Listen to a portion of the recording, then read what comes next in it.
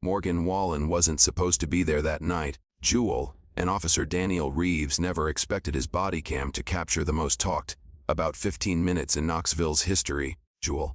It was one of those southern nights when the air felt thick enough to drink. The streets of downtown Knoxville glowed under buzzing neon signs.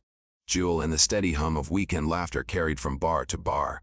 The Magnolia Tap, a favorite stop for locals and tourists alike, was packed shoulder to shoulder.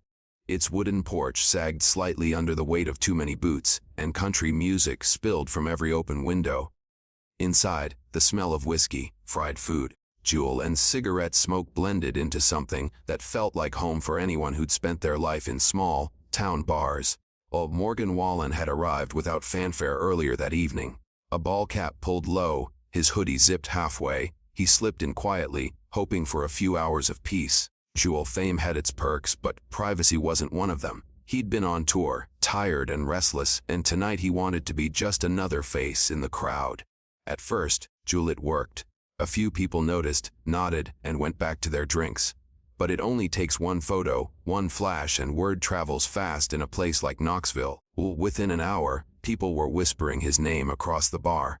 The bartender, a young woman with a nervous smile, tried to keep things calm, but the energy shifted. Phones started lifting into the air. Fans edged closer, wanting autographs or selfies. Morgan tried to play along, flashing a grin and joking with the crowd. For a while, it was all good, natured fun. But the later it got, the louder things became. Drinks kept coming, and laughter turned sharp. Someone at the back shouted something that no one quite caught. A chair scraped against the floor. Then came the sound of a glass shattering. The moment froze for a heartbeat before chaos took over. Two men were shouting near the back door, one pointing toward Morgan, the other waving his arms wildly. People began moving away from the noise, forming a loose circle that only made things look worse. The music stopped mid-song, and the bartender's voice called out above the commotion, but it was lost in the mess of yelling and movement. Someone slipped on spilled beer. Another tried to step in and got pushed back. Outside, the night air was heavy and quiet compared to the noise inside. A few customers stumbled out, while trying to see what was happening. A truck idled by the curb, headlights flickering, as if waiting for someone. Morgan stepped through the back door, his face tight, while his breath visible in the humid air. He looked more confused than angry, like he couldn't quite piece together how things had spiraled so fast. The crowd inside pressed toward the windows. Someone shouted for the police. By the time the first sirens echoed down the street, the bar's energy had shifted from excitement to unease. Strangers whispered to each other, swapping theories before the facts even existed. Jewel. The owner locked the front doors to keep people from pouring out. Red and blue lights began to flash against the building's worn brick. Jewel, painting the crowd in nervous color. No one knew what had really happened inside or who had started it, but by then, Jewel, the story had already started to take on a life of its own. When the bodycam footage was finally released, the city felt like it stopped for a moment. Everyone had heard the rumors, but until that video came out, it was all just talk. The first few seconds were disorienting. Flashing lights, the hum of a police radio, the grainy flicker of a street lamp struggling to stay lit. The timestamp showed it was just past 1 in the morning. The camera bobbed slightly with each step. Visual, the sound of boots crunching against gravel filling the silence between short, clipped radio calls. The alley behind the Magnolia Tap looked smaller than people remembered. Jewel. Dumpsters lined one side, their metal lids dented and streaked with rust. A half-empty beer can rolled across the ground as the light from the camera caught it. Jewel. The bodycam's glare shifted suddenly, revealing a man leaning against the dumpster, his head bowed. Jewel. His hands half raised as if he wasn't sure whether to defend himself or surrender. When he turned toward the camera, there was no mistaking his face. It was Morgan Wallen. Jewel. His eyelids expressed dazed. He didn't seem angry, more lost, like someone trying to make sense of a situation that had already spun out of control. His shirt was wrinkled, his jacket scuffed, and his hat lay on the ground beside him. The officer's light panned over the area, catching shards of glass glittering like stars on the pavement. The distant sound of shouting came from the direction of the bar, muffled but urgent. The camera shifted again as another patrol car pulled up, its headlights washing the alley in harsh white light. People who watched the footage noticed the small things first. The way the officer's tone stayed calm but firm. The way Morgan looked off to the side as if searching for someone. Then came the moment that would be replayed over and over online, Jewel. As the officers guided him toward the patrol car, the camera caught something in the corner of the frame, a shadow moving just beyond the edge of the light. Jewel. It wasn't clear if it was a person or just a trick of the camera, but once viewers saw it, they couldn't unsee it. The video continued with the usual procedure. Wallen's hands behind his back, his body turned slightly so the camera caught the reflective tape on the police cruiser. Jewel. He was placed inside the car without a struggle. The camera lingered on the alley for a few more seconds before the feed ended abruptly, cutting to static. That was where the official footage stopped. When the clip went public, it spread faster than any headline. Every social media platform had it within minutes. Everyone had a theory. Some said the singer had been drunk and disorderly. Others insisted he'd been trying to break up a fight. Jewel. A few claimed that the officers had arrived late, that something important had happened before the recording started. Jewel. The debate only grew louder as people began noticing inconsistencies. Background noises that didn't match the report, strange movements in the shadows, and the sudden, unexplained cut near the end. The police department's statement was brief, offering no extra detail, just confirming that the footage was authentic. But for many watching, authenticity wasn't the issue. The problem was what wasn't shown. There was something about the video that didn't feel complete, Jewel. Something that suggested the story behind those flashing lights and grainy frames was far more complicated than a simple bar arrest. And for the first time, people began to wonder if the real mystery wasn't what the body cam captured, but what it didn't. The missing minutes became the center of everything. When analysts and fans paused the footage and studied the timestamp, they noticed the jump almost instantly. It wasn't hidden or subtle, it was right there. An unexplained gap from 12:47 a.m. to 1:02 a.m. The footage flowed smoothly before and after, but that 15-minute hole stood out like a wound in the middle of the story. Officials called it a technical issue, but few people believe that. Technical issues didn't erase a clean stretch of time. Online forums filled with theories within hours. Amateur investigators compared screenshots, slowed down frames, and circled anything unusual. Jewel. One claimed to see a faint outline of a figure standing just beyond the flashlight beam seconds before the video cut out. Jewel. Another swore they heard a muffled shout from the left side of the alley, too distant to identify, but too clear to ignore. Theories spread faster than the truth could keep up. People started suggesting that the officers might have been responding to something more serious than a bar fight. That Morgan had walked in on something he shouldn't have. Jewel. The bartender from that night suddenly found herself pulled into the center of the storm. Her brief interview with a local reporter added fuel to the growing suspicion. She said she remembered Morgan trying to calm two men near the back door just before the chaos started, his voice low but tense.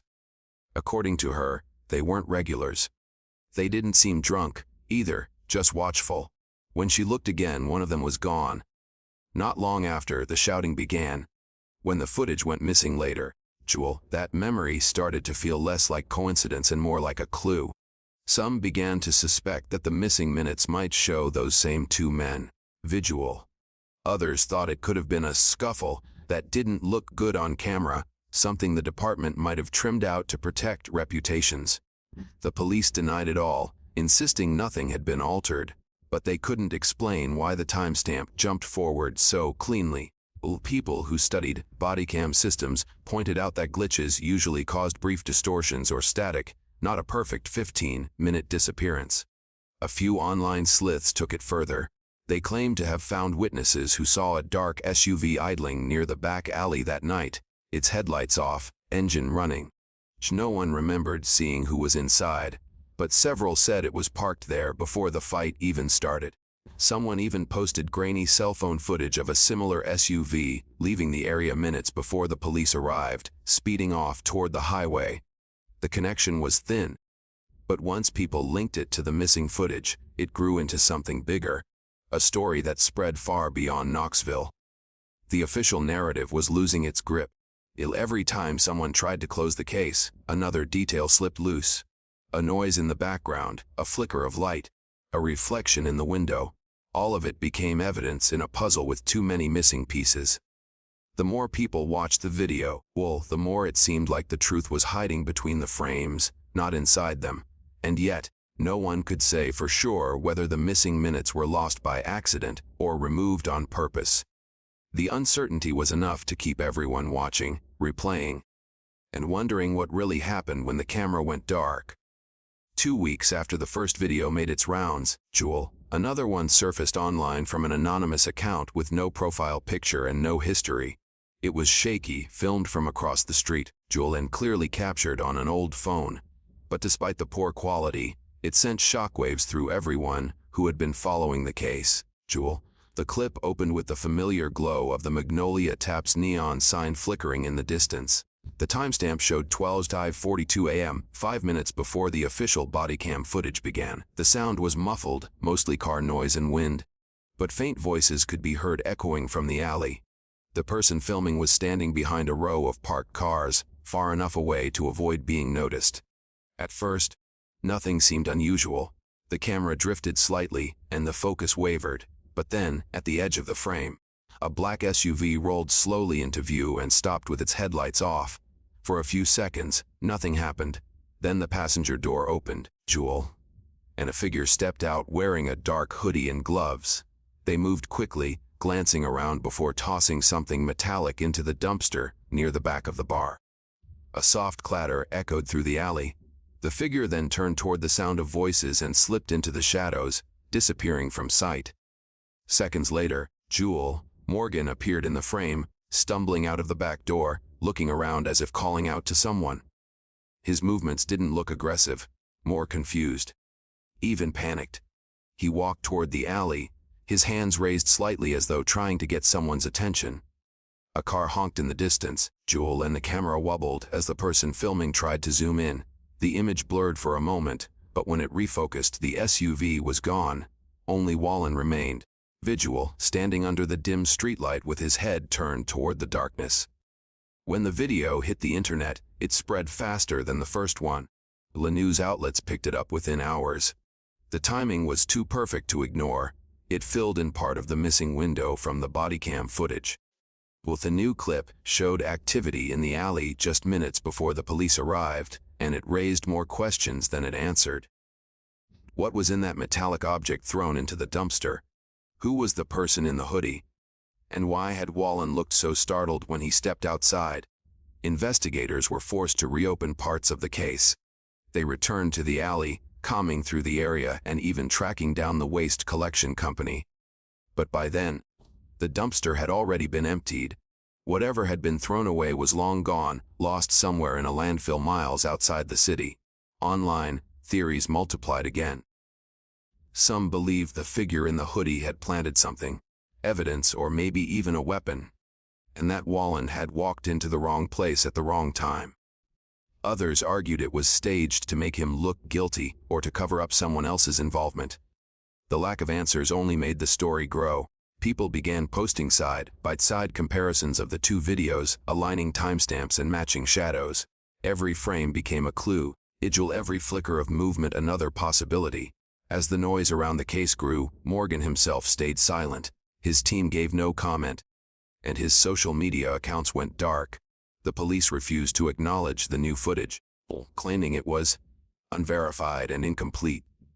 But no one could unsee what the second video revealed, a missing link that hinted at a larger story buried beneath the surface of that chaotic night. What once looked like a simple bar arrest now seemed like the edge of something deeper. Something that had started before the first siren ever sounded. Months passed before the noise around the case began to quiet, but by then, the story had taken on a life of its own. The official report came and went with little fanfare. The charges were quietly dropped, no follow-up statements were made, and no one involved seemed eager to talk. The department's press release cited insufficient evidence and inconsistencies in witness accounts. It was the kind of vague language that only deepened the mystery. People expected outrage, maybe even a press conference, but none came. Instead, silence filled the space where answers should have been. Morgan Wallen disappeared from public view not long after. His tour was postponed, his social media wiped clean, fans posted messages of support, while others demanded explanations. A few tabloids ran stories claiming he had gone into hiding, but no one could confirm where he was. The few people close to him said he was taking time off to get his head right, though that only fueled more speculation. The world had seen him arrested on camera, had dissected every pixel of footage, and yet the real story remained hidden. The bodycam video stayed online, circulating endlessly. New viewers kept finding strange details that others had missed. The reflection of another figure in the patrol car window, Jewel, the faint outline of a mark on the back of Morgan's jacket, something that looked like a dusty handprint pressed into the fabric, visual. Some claimed that the sound of footsteps could be heard during the moment the footage cut out, footsteps moving away from the camera rather than toward it. None of it could be proven, but that didn't stop people from believing. A small online community formed around the mystery. They shared theories, timelines, and maps of the area. One user even created a 3D model of the alley based on footage from both videos, trying to calculate where the person in the hoodie could have gone.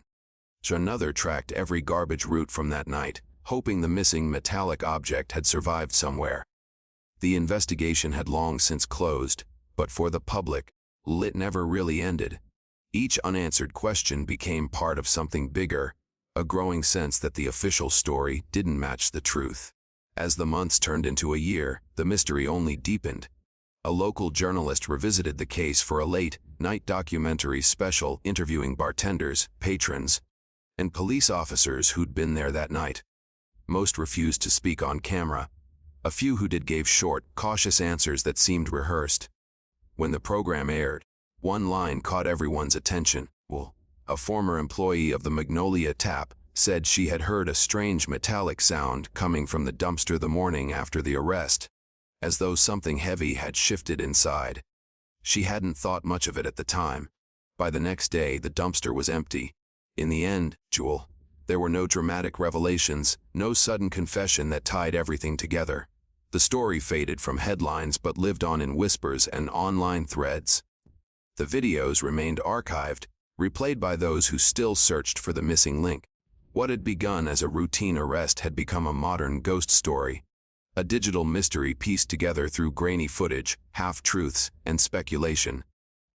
The cameras had been rolling, the lights flashing, yet somehow the truth had managed to slip away into the dark, leaving behind only questions and a silence that felt louder with each passing day.